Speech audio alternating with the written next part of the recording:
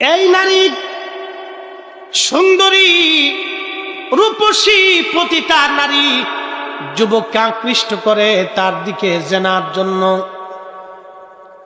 নামাজরত অবস্থায় এ যুবক তার অন্তরের মধ্যে সায় দিল, হ্যাঁ আমি জেনা করব। দেখেন এই আল্লাহওয়ালা যুবকের অন্তরের মধ্যে সায় দিল, হ্যাঁ আমি জেনা করব। ঠিক এমন সময় তার মনে যখন জেনার চিন্তা আসলো, তার মনের মধ্যে আর একটা চিন্তা আসলো, এই মন নফস শুনিয়া যান। এই যুবকের অন্তরের মধ্যে সায় দিল, হ্যাঁ আমি জেনা করব। কিন্তু যুবক এবার চিন্তা করলো, হে মন, হে নফস, তুমি তো জেনা করতে চাও, তাহলে জেনা করলে তো জাহান্নামের আগুনে তুমি পুড়বা। যুবক রে, তাহলে জেনা করার আগে দুনিয়ার আগুন একটু পুড়ে দেখো, আগুনের স্বাদ কেমন তোমার লাগে। যে বাতি জ্বলতেছিল ওই বাতির মধ্যে নামাজ পড়া শেষ করার পরে যুবক তার প্রথম আঙ্গুলটা ওই বাতির মধ্যে আগুনের মধ্যে ধরলো। আগুনের মধ্যে ধরলো, তত সময় পর্যন্ত আগুনের মধ্যে ধরে রাখলো, তার পুরা আঙ্গুলটা আগুনে পুড়ে গেল। তারপরে সে আবার নামাজে দাঁড়ায় গেল। একবার জোরে বলা যাবে কি মারহাবা। ওই যুবকের সাথে জেনা করার জন্য ওই এলাকার বখাটে ছেলেরা এক পতিতা নারীকে ভাড়া দিল। ও নারী, যদি যুবকের সাথে তুমি জেনা করতে পারো তোমাকে অনেক পয়সা করে দেব। দেখেন ঈমান কত কঠিন জিনিস। আল্লাহু আকবার। আমি আপনাদেরকে বুঝাইতেছি ইয়াকিন কত দামি জিনিস। ইয়াকিন, বিশ্বাস, দৃঢ়তা, আল্লাহর প্রতি দৃঢ়তা কত কঠিন জিনিস। এটা একটা পরীক্ষা। হাজরাতে ইমাম আহমদ ইবনে হাম্বল কিতাবুজ জুহুদের মধ্যে তিনি লেখেন, ওই মহিলা একদিন ওই যুবকের খানকায় চলে গেল।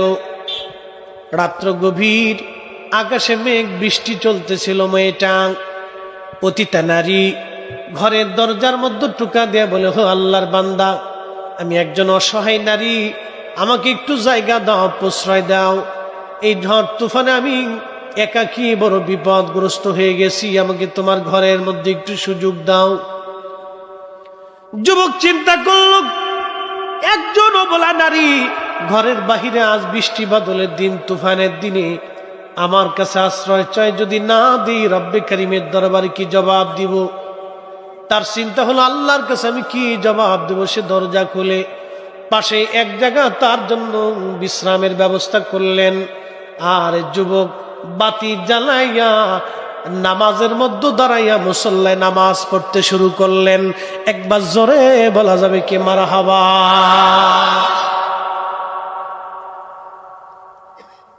ওলি কেমনে হইতে হয় আজকে বুঝাইতেছি।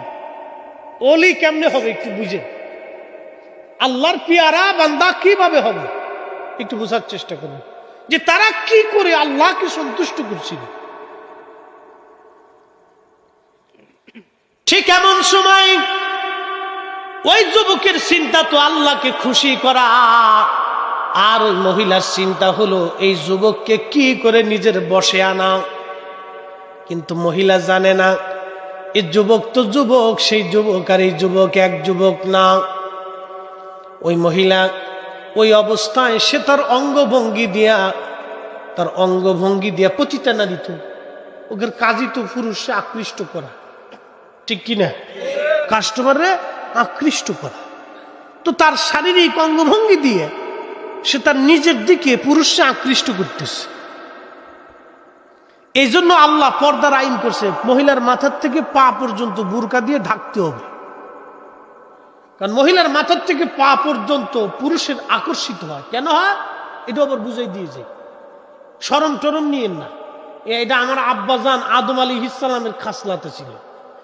কেতা খাসলাত বলে দিয়ে যায়। আদম আলাইহিস সালামের খাসলাত হলো, আদম আলাইহিস সালামের বাম পাজর থেকে মা হাওয়ারে আল্লাহ বানাইছে।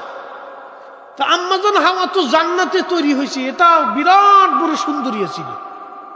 মারহাবা কইলেন না? আমরা আম্মাজান রে আল্লাহ অনেক সুন্দর করে বানাইছে না। আদম আলাইহিস সালাম ঘুমেতে উঠে বিরাট সুন্দরী নেগেটিভ পাশে বসে রয়েছে। নেগেটিভ যে পাশে বসে রয়েছে ওনার আকর্ষণ সৃষ্টি হয়েছে। এটা একটা কেডা দেখতে গেছেন, আল্লাহ ডাক দিকে। পুরুষের অভ্যাস হলো বেডি মানুষ দেখলে একটু ফুসি দেওয়ার দান্দা করে। এই কথা কর না, ওই আব্বাদান শুরু করছে। এখন আর আমরা যারা ফুল আছি, আমরা তোর অভ্যাস বেডি মানুষ দেখলে একটু টেরে টেরে চাই, কেডা দিই বালা করে। বুঝতে পারছেন? এই জন্য আল্লাহ আইন করে দিয়েছিল মাথার থেকে পা পর্যন্ত ডেকে দেয়, মাথার থেকে পা পর্যন্ত ডাক আল্লাহ ফরজ করে দিছে। একসাথে বলা যাবে না মারহাবা? কি করে দিছে? ফরজ করে দিছে। বেডি যদি হাফ প্যান্ট পরে আর ফুল প্যান্ট পরে রাস্তাতে চিটিং পিটিং করে আসে, আমরা দেশের ফুলাপান পিছন দিতে ফিস মারবে। দোষ ফুলাপানে রয়ে গেছে গা। তুমি যে অর্ধলঙ্গ হয়ে একটা বাপস করতে লিপস্টিক আলতা শোনো মাগে দিয়ে একবারে টিকটক করে রাস্তা দিয়ে আটতেছ, দোষটা বেডিরও আছে। আইন করার দরকার ছিল, যে বেডি এইভাবে চলবে তারও শাস্তি দেবে, যে বেটা শীষ দিবে তারও শাস্তি দিতে হবে। কি কথা কেন? সমান অধিকার, আইন সমানের কথা ছিল, কিন্তু কিছু করার নাই। আইন সবসময় বেডিকার পক্ষেই থাকে। এই নারী সুন্দরী রূপসী পতিতা নারী যুবককে আকৃষ্ট করে তার দিকে জেনার জন্য। নামাজরত অবস্থায় এ যুবক তার অন্তরের মধ্যে সাই দিল, হ্যাঁ আমি জেনা করব। দেখেন এই আল্লাহওয়ালা যুবকের অন্তরের মধ্যে সাই দিল, হ্যাঁ আমি জেনা করব। ঠিক এমন সময় তার মনে যখন জেনার চিন্তা আসলো, তার মনের মধ্যে আর একটা চিন্তা আসলো। এই মন নফস, এই নফস তরিকতের ভাষায় এটা যদি কন্ট্রোল করতে পারা যায় তাহলে সে অরিজিনাল সালেক হতে পারে। এই জন্য আমার পীর মুর্শিদ আমার হুজুর কেবল একটা কথা বলতেন, বাবা হর হামেশা সদা সর্বদা আল্লাহর জিকিরে নিজের জিহ্বাখানা তুমি সিক্ত রাখবা। বাবা যদি আল্লাহর জিকিরে তোমার নিজের জিহ্বাখানা সিক্ত রাখতে পারো তাহলে তুমি হালাক হবে না, তোমার চিন্তা হবে না, তুমি জাহান্নামী হবে না। সবসময় নিজের জিকির জিহ্বাখানাকে আল্লাহ আল্লাহ আল্লাহ আল্লাহ জিকিরের জিহ্বাখানা সিক্ত তুমি রাখবা, আর হামেশা জিকির করবা। এই জন্য মাগরিবের নামাজের পরে কিছু সময় জিকির, এশার নামাজের পরে কিছু সময় জিকির, ফজরের নামাজের আগে কিছু সময় জিকির, আসরের নামাজের পরে কিছু সময় জিকির, জোহরের নামাজের পরে কিছু সময় জিকির আমাদেরকে করতে বলা হয়েছে। কি কথা কোন ঠিক কিনা? আপনি যদি না করেন দোষ কি আটত্রিশ হুজুরের? মনে রাখেন, মনে রাখতে হবে কাজ ওনার দোষ না, দোষ আমার আপনার। প্রিয় ভাইরা আমার, বোনেরা আমার, মনোযোগ দিয়ে শুনিয়া যান। এই যুবকের অন্তরের মধ্যে সাই দিল, আমি জেনা করব। কিন্তু যুবক এবার চিন্তা করলো, হে মন, হে নফস, তুমি তো জেনা করতে চাও, তাহলে জেনা করলে তো জাহান্নামের আগুনে তুমি পুড়বা। যুবক রে, তাহলে জেনা করার আগে দুনিয়ার আগুন একটু পুড়ে দেখো, আগুনের স্বাদ কেমন তোমার লাগে। যে বাতি জ্বলতেছিল ওই বাতির মধ্যে নামাজ পড়া শেষ করার পরে যুবক তার প্রথম আঙ্গুলটা ওই বাতির মধ্যে আগুনের মধ্যে ধরলো, আগুনের মধ্যে ধরলো, তত সময় পর্যন্ত আগুনের মধ্যে ধরে রাখলো, তার পুরা আঙ্গুলটা আগুনে পুড়ে গেল। তারপরে সে আবার নামাজে দাঁড়ায় গেল। একবার জোরে বলা যাবে কি মারহাবা? আল্লাহ কোরআনে ওয়াজ করলেন, ইন্নামাল মুমিনুনাল্লাযীনা ইযা যুকিরাল্লাহু ওয়াজিলাত কুলুবুহুম।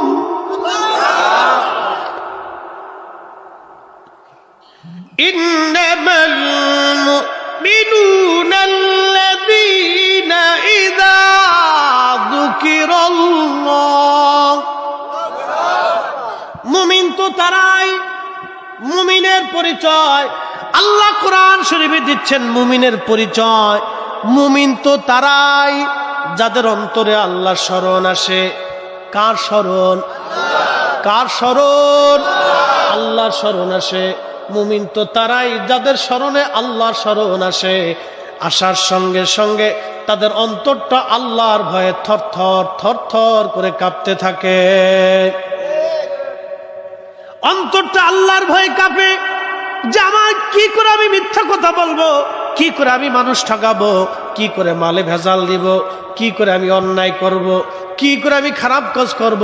আল্লাহর কোরআন বলে মুমিন তারাই যাদের স্মরণে আল্লাহর স্মরণ আসে, স্মরণ আসার সঙ্গে সঙ্গে আল্লাহর ভয়ে তাদের হৃদয়টা কাঁপতে থাকে, হৃদয়টা কাঁপতে থাকে। মুমিন তারাই, একবার জোরে বলা যাবে কে মারহাবা। ওই আল্লাহর বান্দা সে আগুনের মধ্যে নিজের আঙ্গুল ঢুকাই দিল, প্রথম আঙ্গুল দেওয়ার পরে আঙ্গুল পুড়ে গেল। সে আঙ্গুল পোড়ানোর পরে আবার সে নামাজে দাঁড়ায় গেল, নামাজে দাঁড়ায় যাওয়ার পরে তারপরে আবারও মহিলাটা অঙ্গভঙ্গি দিচ্ছিল। না না না, সে মহিলা অঙ্গভঙ্গি দেওয়ার পরে তার অন্তর আবার চিন্তা করলো না আমি জেনা করব। যুবক তো বারবার মন জেনার দিকে চলে যায়। আবার বলো অন্তর, তুমি জেনার দিকে নিজের মনটাকে ঝুঁকায় নিচ্ছ, আর জাহান্নামের আগুনে পুরার আগে দুনিয়ার আগুনে পুড়ে দেখো মজা কেমন। এই বলে সে দ্বিতীয় আঙ্গুলটা আগুনের মধ্যে ঢুকাই দিল। এরপরে আগুনের দ্বিতীয় আঙ্গুল পুড়ে গেল। আবার নামাজে দাঁড়ানোর পরে অন্তরটা আবার শয়তান ওয়াসওয়াসা দিল। কোরআন আল্লাহ বললেন ইন্নাহু লাকুম আদুউম মুবিন, সে তোমাদের প্রকাশ্য দুশমন। আবার অন্তরটা থেকে জেনার দিকে ঝুঁকাই দিল। এবার সে আবার বলে না ও মন, তোমার সঙ্গে আমার যুদ্ধ, জাহান্নামের আগুনে পুরার আগে দুনিয়ার আগুনে পুড়ে দেখো। সে তৃতীয় আঙ্গুলটা আবার আগুনের মধ্যে দিয়ে দিল। এইভাবে 10টা আঙ্গুল সে পুরায় ফেললো সারা রাত, কিন্তু এই মহিলার সঙ্গে সে জেনা করলো না। আমার রব তাকে মহিলার ফিতনা থেকে বাঁচানোর জন্য ওই অবস্থায় মহিলার জান কবজ হয়ে গেল। একবার জোরে বলা যাবে কি আল্লাহু আকবার। মহিলা মারা গেল ওই অবস্থায়, পতিতা নারী ঘরের মধ্যে মারা গেছে। আচ্ছা এখন আপনারা কোন, আমি মসজিদে নামাজ পড়তেছি, একটা পতিতা নারী আমাকে ধোঁকা দেওয়ার জন্য মসজিদে গেছে। ওই অবস্থায় আমারে বাঁচানোর জন্য আল্লাহ, মহিলাটা মারা গেল ওই অবস্থা। মারা যাওয়ার পরে এখন সমাজ কি বলবে? দেশ যে হুজুরে মেরে গেছে, কি কথা ঠিক কিনা? হুজুরে মেরে ফেলেছি, এই মেয়েটা মসজিদে আইব, হুজুর আইন নিয়ে মারছে।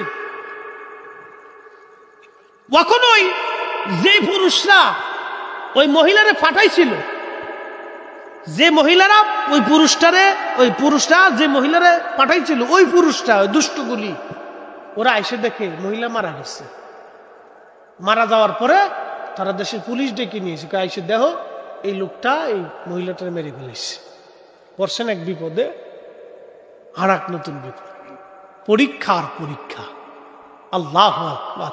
এই জন্য অনেক সময় মুমিন যারা ভালো কাজে যারা থাকে তাদের উপর পরীক্ষা আসে। কি কথা কন না কেন? কি আসে? পরীক্ষা আসে, পরীক্ষা বালা আসে।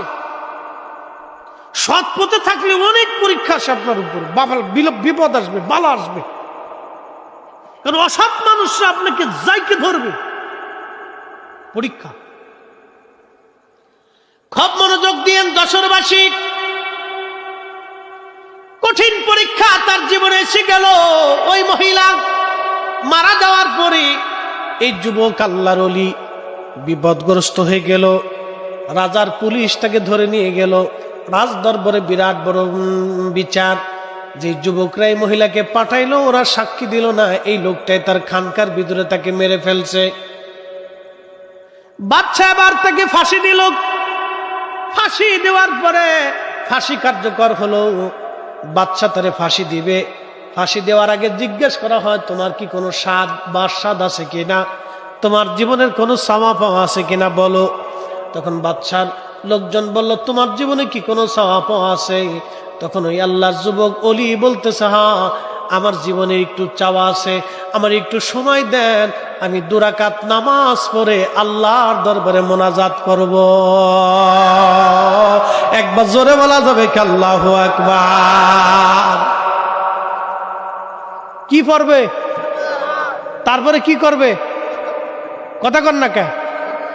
নামাজ পড়ার পরে, তো নামাজ পড়ার পরে দোয়া তো আজকে থেকে চালু না, এটা অন্য অন্য জমানার নবীদের জমানায় চালু আছে। যার কাছে বেদাত ওনার কাছে বেদাত, আমার কাছে এটা মুস্তাহাব সুন্নত, আমরা করেই যাব। হ্যাঁ, কথা কন না কে? আমাদের কাছে এটা মুস্তাহাব সুন্নতের রসুল করে যাব, অসুবিধা। যার কাছে বেদাত এটা ওনার কাছে থাকবে, ওটা আমাদের সাবজেক্ট না। আল্লাহ কোরআনে ওয়াজ করতেছে, ইয়া আইয়ুহাল্লাযীনা আমানু ইসতাঈনু বিস-সাবরি ওয়াস-সালাহ।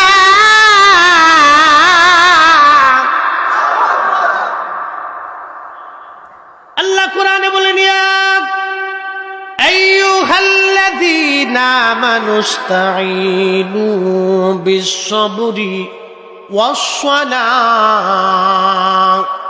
ও ঈমানদার, ও ঈমানদার, তোমরা আমি আল্লাহর কাছে সাহায্য চাও ধৈর্য এবং নামাজের মাধ্যমে। একবার জোরে বলা যাবে কি মারহাবা? প্রথম নাম্বার কি? ধৈর্য। প্রথম নাম্বার ধৈর্য, তারপরে নামাজ। প্রথম নম্বর ধৈর্য ধরো। বিপদে পড়ছো, মুসিবতে পড়ে গেছো, কি করবা? ধৈর্য ধরবা। তারপরে সালাতের মাধ্যমে তোমরা আমি আল্লাহর কাছে সাহায্য চাবা। কিসের মাধ্যমে? সালাতের মাধ্যমে, নামাজের মাধ্যমে তোমরা আমি আল্লাহর কাছে সাহায্য চাবা।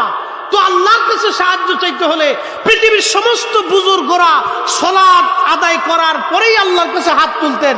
আরে ইমাম হুসাইন, হুসাইন হুসাইন, তিনি হুসাইনকে সাইয়্যিদা শাবাবি আহলিল জান্নাহ, জান্নাতের যুবকদের সর্দার। হুসাইনকে রাসূলুল্লাহর রক্ত তার শরীরে প্রবাহিত।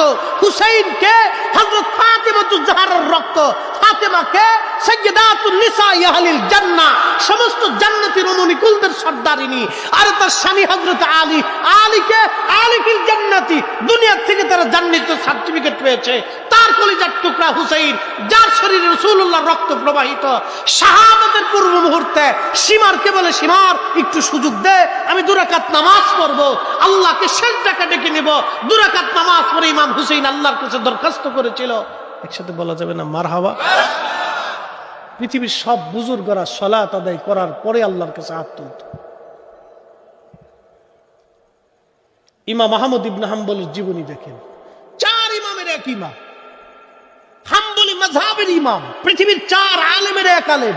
আল্লাহু আকবার। ওনাদের জুতা যদি এক পাল্লায় দেন, পৃথিবীর সব আলেমদের কার এক পাল্লায় দিলে ওনাদের জুতার ওজনের সমান হবে না। আল্লাহু আকবার। না হয়েছে না? আরো জোরে বলেন আল্লাহু আকবার। আমাদের মাযহাবের ইমাম আবু হানিফা রাহমাতুল্লাহ আলাইহির সাথে আল্লাহ 99 বার স্বপ্নে কথা বলেছে। আর মালিকি মাযহাবের ইমাম ইমাম মালিক ইবনে আনাসের সাথে আল্লাহ রাসূল 100 বার স্বপ্নে কথা বলেছে। হযরত ইমাম আবু ইদ্রিস আশ-শাফিঈ জায়নামাজের উপরে, দজলা নদীর উপরে জায়নামাজ বিছিয়ে নামাজ পড়েছেন, লক্ষ লক্ষ মানুষ তা দেখেছে। হযরত আহমদ ইবনে হাম্বল 80 বার রাসূলুল্লাহ থেকে স্বপ্নে তার সাথে দেখা দিয়েছে। একসাথে বলা যাবে সুবহানাল্লাহ। ওনাদের জুতার ওজনের সমান আমরা ওজন হবে? আল্লাহু আকবার। আল্লাহ, খালি আলেমই ছিলেন না, শুধু আলেম ছিলেন, এত বড় হাবিব ছিলেন ইমাম আহমদ ইবনে হাম্বল। অ্যাটেনশন, 4 বছর জেল কাটছে। কয় বছর? 4 বছর। আমার দিকে তাকাবে না, কষ্ট হচ্ছে আপনাদের? 4 বছর জেল কাটছে। প্রত্যেক দিন 10টা করে বাড়ি মারা হতে থাকে চাবুক দিয়ে, কোনো ওষুধ দেওয়া হতো না, প্রত্যেক দিনই মারা হতো। ঘা হইতে হইতে হইতে হইতে পিঠের সমস্ত গোশতগুলি পয়সে গন্ধ হয়ে গেল। প্রত্যেক দিন কলতানিয়া রক্ত পড়ত। আহা, 4 বছর। কল্পনা করতে পারবেন কিভাবে তাকে মারা হয়েছে? কে মারছে? পৃথিবীর রানিং খলিফা, মুসলিম খলিফা তাকে মারতেছে। 4টা বছর এইভাবে মারছে। 4টা বছর তাকে এইভাবে মারছে। গোশত পচে খসে ঘা হয়ে গন্ধ হয়ে গেল। শেষ রাত ইমাম আহমদ ইবনে হাম্বলের কাছে জেলার এসে বলতেছে, হুজুর, আজকে আপনার শেষ রাত্র, যা ভালো মন্দ মন চায় খেয়ে দে, আপনি দোয়া কালাম যা পড়ার পরেন, সকালবেলা আপনার ফাঁসি হবে। আমার দিকে তাকান। ইমাম আহমদ ইবনে হাম্বল এশার নামাজ পড়লেন খুব ধীর স্থির ভাবে। খলিফার পয়গাম জেলার তাকে জানিয়েছে। হযরত ইমাম আহমদ ইবনে হাম্বল তিনি ধীর স্থির ভাবে এশার নামাজ পড়লেন। এশার নামাজ পড়ার পরে তিনি বাকি নামাজ পড়বেন, কিন্তু না, অতিরিক্ত 2 রাকাত নামাজ পড়ে ইমাম আহমদ ইবনে হাম্বল রাহমাতুল্লাহি আলাইহি আল্লাহর দরবারে সিজদা শেষ করার পরে রব্বে করিমের দরবারে 2টা হাত বাড়াই দিলেন। একসাথে জোরে বলা যাবে মারহাবা? কয় হাত বাড়াইছে? না 1 হাত হবে, 2 হাত। জোরে বলেন কয় হাত? 2 হাত বাড়াইছে। কার দরবারে? আমরা এশার নামাজের পরে 2 রাকাত নফল নামাজ পড়ে কার দরবারে হাত বাড়াই? মাগরিবের নামাজের পরে 2 রাকাত নফল নামাজ পড়ে কার দরবারে হাত বাড়াই? মুসলমান, জোহরের নামাজ পড়ে 2 রাকাত নফল নামাজ পড়ে কার দরবারে হাত বাড়াই? বলে আল্লাহ কোরআনে বলেন আস্তাইনু বিস-সাবরি ওয়াস-সালাহ, সালাতের মাধ্যমে, সবরের মাধ্যমে তোমরা আমি আল্লাহর কাছে সাহায্য চাও। তো নামাজের পরে আমরা সাহায্য চাই কার কাছে? তাবারক রান্না করার আগে সাহায্য চাইছেন কার? তাবারক যারা রান্না করছেন তারা ভালো করে বুঝছেন। তাবারক রান্না করার আগে ফাতিহা শরীফ পড়িয়া দোয়া করিয়া সাহায্য চাইলেন কার? এই জন্য আমরা তাবারকে আল্লাহ বরকত দেয়। কি কথা কন না কেন? তাবারক রান্না করার সময় খালি পায়ে থাকতে হয়, অজু অবস্থায় থাকতে হয়। যদি কেউ ওই অবস্থায় অজু না থাকে তাহলে আমাদের নিয়ম হলো আবার 15 অজু করিয়া তাকে ওইখানে যাইতে হবে। যদি কেউ না যায় তাহলে সে দোষী হবে। নিয়ম আছে, আমাদের প্রত্যেকটা কাজের নিয়ম আছে। এই নিয়ম মোতাবেক কাজ করতে হবে, এটা হলো নিয়ম। এখন কেউ যদি না করে সেটা তার দোষ হবে, এই বিপদ তার মাথার উপর বাতলাবে। এই জন্য এই তাবারক খাওয়ার পরে নিয়ত করিয়া, ভালো নিয়ত করে কেউ যদি খাইছে, বহু মানুষের রোগ আল্লাহ শেফা করে দিছে। শেফা করে কে? না হয় না, আরো জোরে বলেন। একটা উসিলা লাগে না? ডাক্তার দেখার লাগে না? অপারেশন করা লাগে না? লাগে তো। শেফা করে কে? আল্লাহ। কিন্তু একটু উসিলা লাগে, একটা উসিলা দিয়ে আল্লাহ শেফা দেয়। শেফা আল্লাহ করা, সবই আল্লাহর কাজ, ও আমরার হাতে কোনো কাজ নাই। কিন্তু আমাদেরকে নিয়ম মতো খালি কাজ আদায় করে দিত, নিয়ম মতো কাজ আদায় করে দিত। খুব মনোযোগ দিয়ে হযরত ইমাম আহমদ ইবনে হাম্বল রব্বে করিমের দরবারে হাত বাড়াই দিয়ে বলেন, হে রব, আমি আহমদ ইবনে হাম্বল আজকে জীবনের বহু বছর আপনি আপনার নবীর জবানের হাদিসের খেদমত করেছি। আল্লাহ, আমি তো আপনার গুলাম। আল্লাহ, আমি আপনার গুলাম। আজকে 4টা বছরই জালিম বাদশা আমার পিঠের চামড়া উঠিয়ে ফেলছে। 4টা বছর ধরে পিঠের মধ্যে গা হয়েছে, আল্লাহ গন্ধ ছুটে গেছে। আমি অবস্থায় আপনার সেজদা দিয়েছি। আল্লাহ, 4টা বছরে একটা বারের জন্য আমি তার বিরুদ্ধে আপনার দরবারে অভিযোগ পেশ করে নেই। আল্লাহ, শুনলাম সকালবেলা আমাকে ফাঁসি দিবে। রব, আমি আহমদ ইবনে হাম্বল নিরুপায় হয়ে আপনার দরবারে আজকে হাত বাড়াইছি।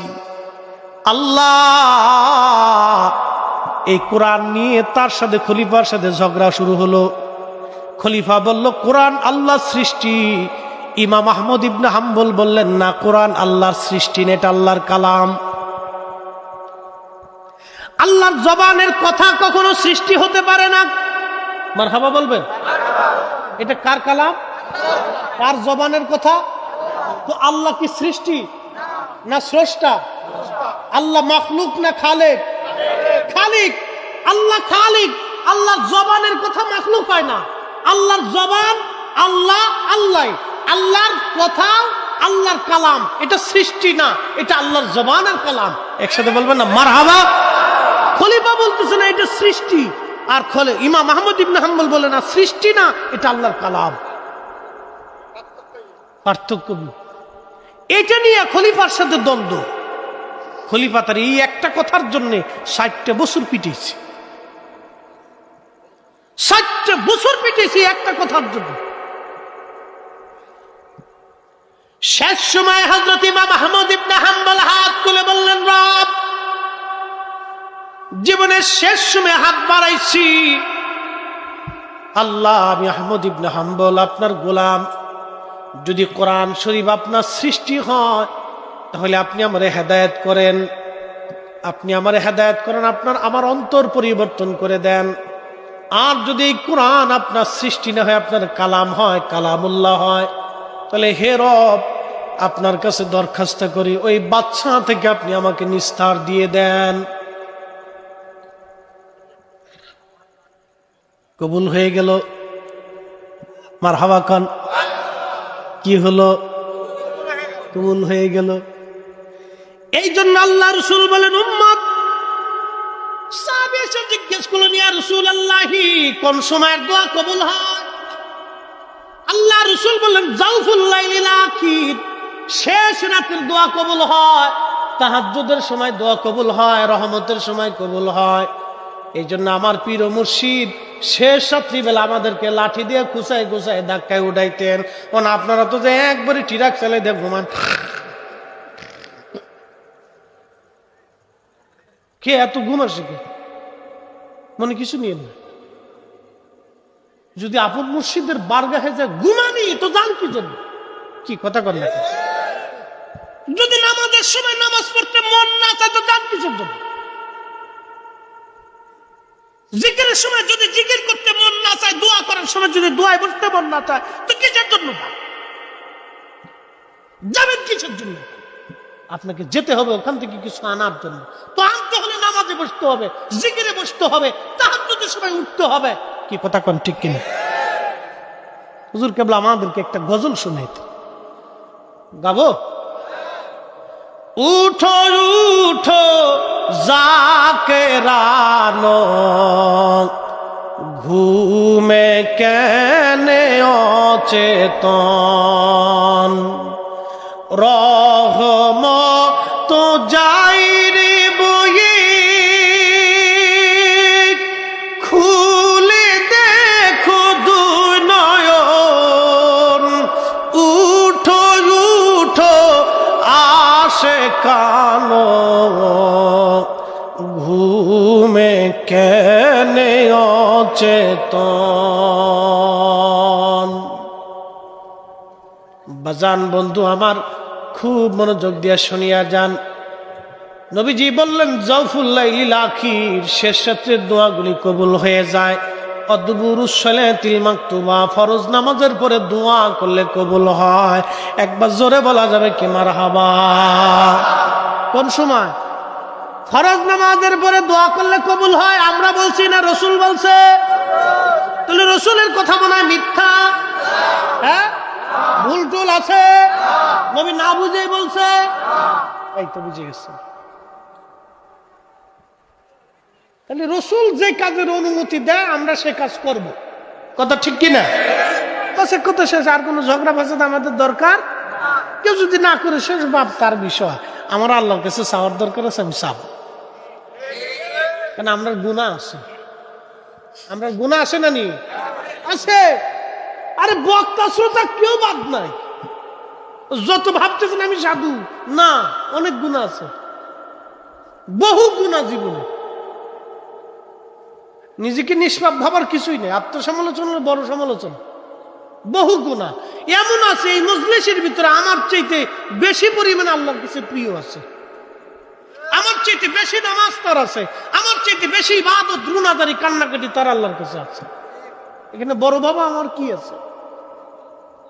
কিচ্ছু নেই। বক্তা হিসেবে বসাইছেন, বক্তব্য দিতেছি। সম্মানের আসনে আপনারা বসাইছেন, তাই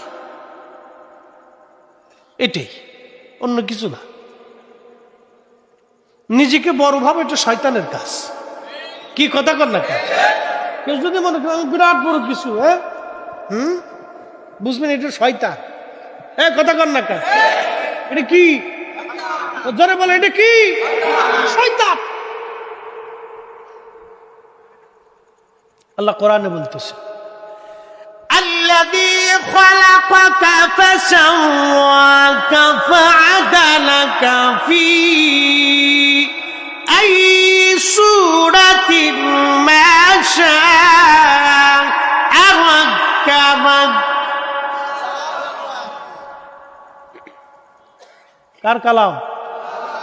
الذي خلقك তিনি তোমাদেরকে সৃষ্টি করেছেন। কে?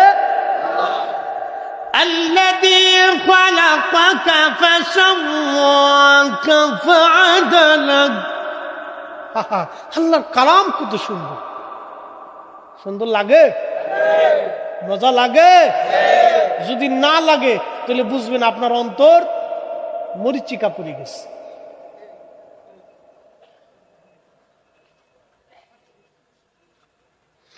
وَإِذَا تُلِيَتْ عَلَيْهِمْ آيَاتُهُ زَادَتْهُمْ إِيمَانًا।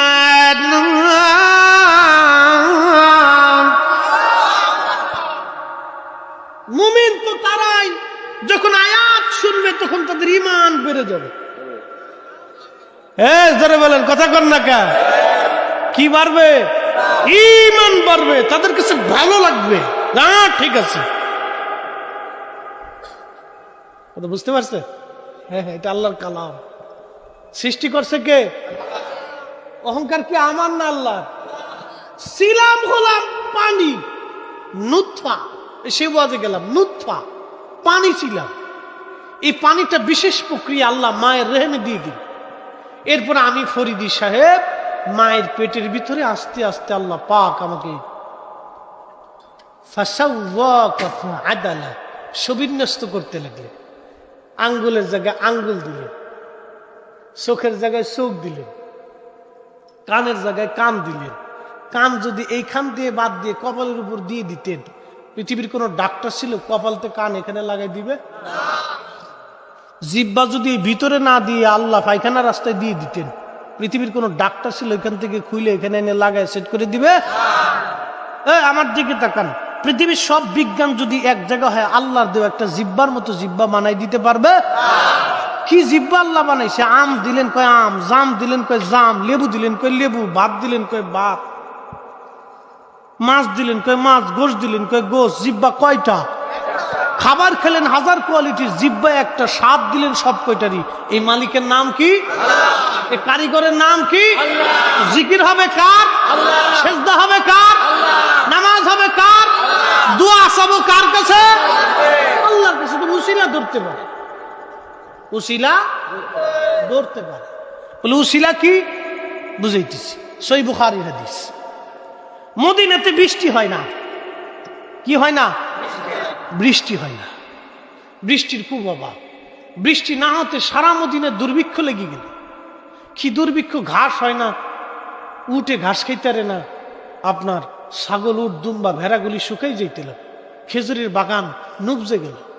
সাহাবে کرام এসে বললেন, ইয়া আমিরুল মুমিনিন, হযরত ওমরের জমানায়, ইয়া আমিরুল মুমিনিন, বৃষ্টির বড় অভাব, এখন কি করবেন আপনি করেন। হযরত খাদিম রাসূল আনাস রাদিয়াল্লাহু আনহু থেকে হাদিস আসছে, তিনি বলতেছেন, আমি দেখলাম হযরত ওমর আল্লাহর দরবারে হাত তুলে দিয়ে দোয়া করতেছে, ওয়া ইন্না কুন্না নাতাওয়াসসালু বিআম্মিন নাবিয়্যিনা। ও আল্লাহ, এতদিন তোমার নবীর উসিলা ধরে দোয়া করছি, আজকে তুমি আমাদেরকে বৃষ্টি দিতে। আল্লাহ, আজকে তোমার নবীর চাচা হযরত আব্বাস রাদিয়াল্লাহু আনহু উসিলা ধরলাম, ওয়া ইন্না কুন্না নাতাওয়াসসালু বিআম্মিন নাবিয়্যিনা, আমাদের নবীর চাচার উসিলা ধরলাম। আল্লাহ, তুমি আমরা নবীর চাচার উসিলায় আমরা তুমি বৃষ্টি দাও। আসতে হয়ে গেছে গা। কার উসিলা? আল্লাহর উসিলা না, বুঝেন নাই কথা। নবীজির চাচার উসিলা। চাইতেছে কার কাছে? আমরাও কার কাছে? না, হাত উঠে খাজা বাবা আমরা দেন, এরকম কোন সিস্টেম আছে? আটটুসি না, এরকম কোন সিস্টেম নাই। এই যে আজকে এখানে যত না দোয়া হয়েছে, যা হয়েছে, যা দেখছেন, এটাই আটটুসি দোয়া। মাগরিবের নামাজ, ওই এশার নামাজ, ওই আপনার জোহরের নামাজ, আসরের নামাজ, এরপরে মুরাকাবা, মুশাহাদা, একটু জিকির ফিকির, দোয়া, তালিম, তরবিয়ত, যা এখানে আজকে যা হয়েছে ও আটটুসিতে তাই। এর সুল পরিমাণ কোনো ব্যতিক্রম নাই। এখানে যা হয়েছে ওইটি আটটুসিতে তাই। তো খুব মনোযোগ দিয়ে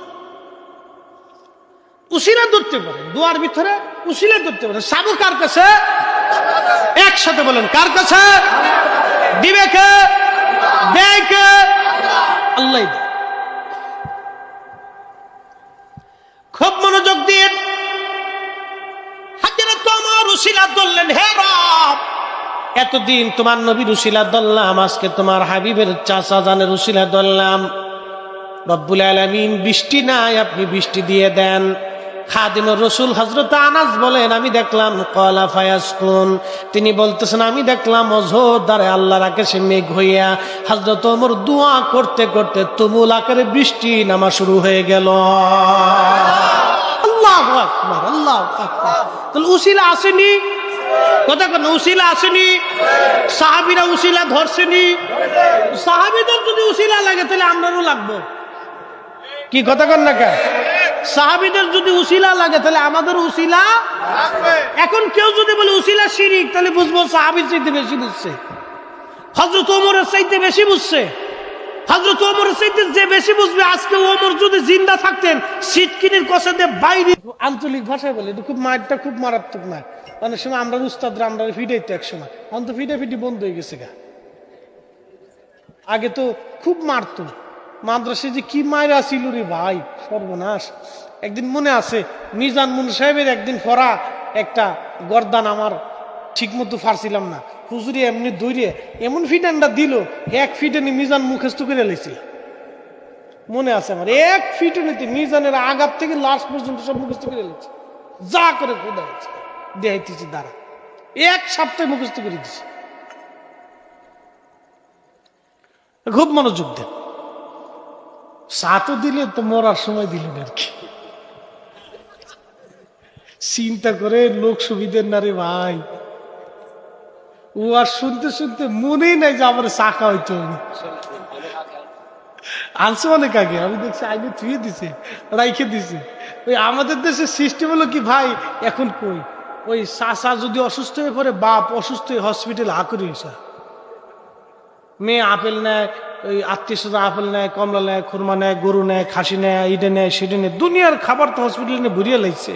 মায়ে কান্দে, আব্বা গো কথা কম না করে আব্বা, ও আব্বা তোমার লাগে কবুতরের গোস্ত রাইন দিলে হয়েছি। বেড়া তোমার চিন্তা করে, আরে বরা পড়া যে সময় খাইতে আর ওই সময় আনুস নাই, ও হন তুই আমার মরার সময় লুয়ে আইস। বুঝতে পারছেন না? আমাদের দেশের সৃষ্টি বলবে মরার সময় যা মনে সব লুয়ে যায়, কিন্তু যেত অবস্থায় দেয় না। তো বাপ মা দুনিয়াতে জিন্দা থাকা অবস্থায় খাওয়াইতে হবে, কি কথা কর? ওই মরার সময় খাওয়াই লাভ নাই, কিন্তু যেত অবস্থায় খাওয়াইতে হবে। সুস্থ যখন থাকবে তখন ভালো মন্দ খাবেন, আব্বা খাও, আব্বা কি খাইতে মন চায়, মা কি খাইতে মন চায়। আমরা দেশের পোলাপান মনে করে আব্বা আমারে খাওয়াইলে বুঝে আমার লস হয়ে যাবে। আল্লাহ কসম করে বলি, এই কোরআন শরীফ সাক্ষী, আপনার আব্বা আমার যা মন চায় তাই খাওয়ান, যদি রিজিক না বাড়ে আমি করে ওয়াজ করবো। যদি আপনার রিজিক না বাড়ে, যদি আপনার অর্থনৈতিক পরিবর্তন না হয়, আল্লাহর কসম আমি ওয়াজ করবো না, তাহলে আল্লাহর কোরআন মিথ্যা হয়ে যাবে। যা মন চায় তাই খাওয়াবে, যত খাইতে মন চায় তত খাওয়াবেন আপনি।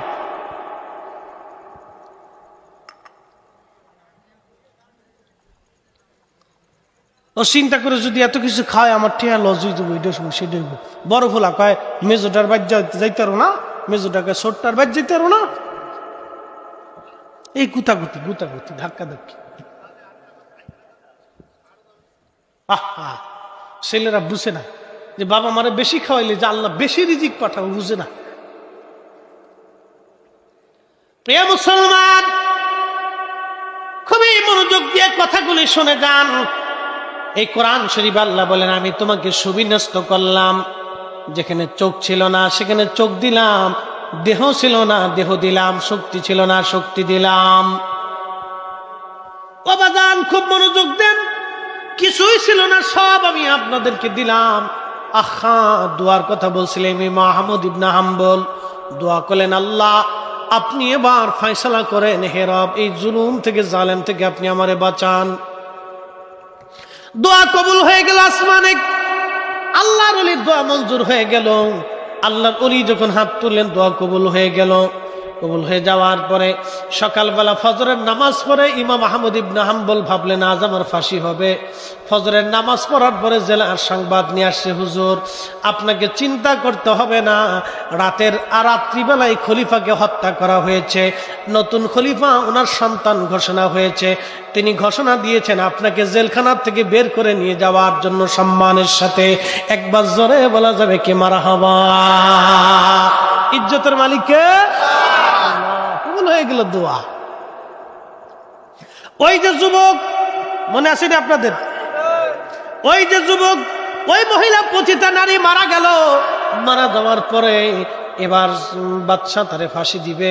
যুবক ডাক দিয়ে বলল, তাহলে আমাকে একটু সময় দাও, আমি 2 রাকাত নফল নামাজ পড়ে আল্লাহর দরবারে দোয়া করব। সে 2 রাকাত নামাজ পড়ার পরে আল্লাহর দরবারে হাত বাড়াইছে। একবার জোরে বলা যাবে কি মারহাবা? কোন দরবারে? হ্যাঁ, মনে রাখবেন, নামাজের পরে হাত তোলা এটা সব নবীদের জমানাতেই ছিল। তাহলে আমাদের নবীর জমানা না, সব নবীর জমানায় ছিল।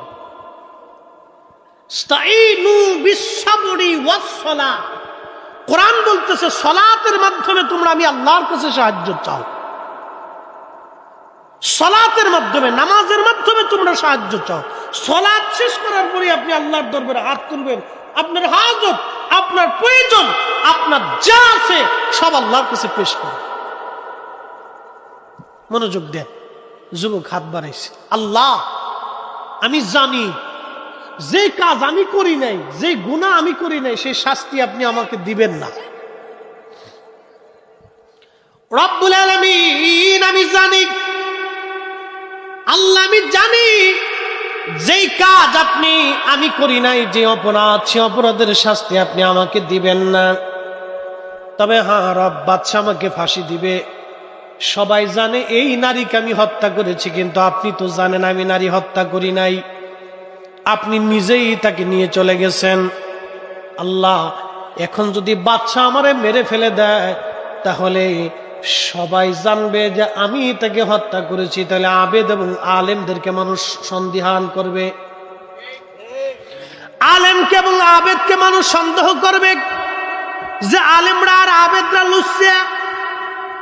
ওরা, আমি আপনার কাছে দরখাস্ত করি আল্লাহ, আপনি আমাকে এই অবস্থায় মৃত্যু দিবেন না, যে সারা জীবন আমি একজন আলেম এবং আবেদের কলঙ্ক হয়ে থাকব। আল্লাহ, এত বড় কলঙ্ক নিয়ে আপনি আমার মৃত্যু দিয়েন না গো আল্লাহ। যখন এই যুবক দোয়া করলো, হযরত ইমাম আহমদ ইবনে হাম্বল রাহমাতুল্লাহ আলাইহি কিতাবুজ জুহুদের মধ্যে তিনি লেখেন, তখন আল্লাহ পাক ওই মহিলাটাকে জিন্দা করে দিলেন। একবার জোরে বলা যাবে কি মারহাবা? এই দেখেন, আমার দিকে তাকান, ওয়াজ আমার শেষ, ওয়াজ শেষ পর্যায়ে নিয়েছি 2টা কথা বলার জন্য। লাস্ট, আল্লাহর রসুলের হাদিসে, বুখারীতে কিতাবুর রিকাক একটা হাদিস আছে, মান আদালি ওয়ালিয়ান ফাকাদ আযানতুহু বিল হারব। যে ব্যক্তি আমি আল্লাহর ওলির সাথে দুশমনি করে, আমি আল্লাহ তার সাথে যুদ্ধ ঘোষণা করি। একসাথে জোরে বলা যাবে সুবহানাল্লাহ। যে ব্যক্তি আমি আল্লাহর ওলির সাথে দুশমনি করে, আমি আল্লাহ তার সাথে যুদ্ধ ঘোষণা করি। এই ওলির সাথে তারা দুশমনি করলো এই যুবক আল্লাহর ওলির সঙ্গে তাকে ফাঁসানোর জন্য, কিন্তু ওই পতিতা নারী জিন্দা হয়ে গেল। পতিতা নারী জিন্দা হয়ে বাদশাকে বলল, হে বাদশা, আপনি মনে করছেন এই যুবক আল্লাহওয়ালা ব্যক্তি আমাকে হত্যা করেছে? না না না না, উনি আমাকে হত্যা করে নাই, উনি আমাকে হত্যা করে নাই, বরং আমি তাকে পরিচিত করার জন্য, জেনা করার জন্য উদ্বুদ্ধ করেছিলাম। আল্লাহ আমার মৃত্যু দিয়ে দিয়েছেন, তিনি আমাকে যে হত্যা করেন নাই তার বাস্তব প্রমাণ। তার আঙ্গুলের দিকে তাকান, সে আমার সাথে জেনা করবে না বিদায় তার 10টা আঙ্গুল আগুনের মধ্যে পুড়ায় ফেলেছিল। একবার জোরে বলা যাবে আল্লাহু আকবার। না, হাত উঁচা করে বলেন আল্লাহু আকবার। সাহায্য করে কে? ইজ্জত কার হাতে? ইজ্জত দেয় কে? ইজ্জত নেয় কে? আল্লাহ। আল্লাহ আল্লাহ বলেন, ওয়ালিল্লাহিল ইজ্জাতু ওয়ালিরাসূলিহি ওয়ালিল মুমিনিনা ওয়ালাকিন্নাল মুনাফিকিন।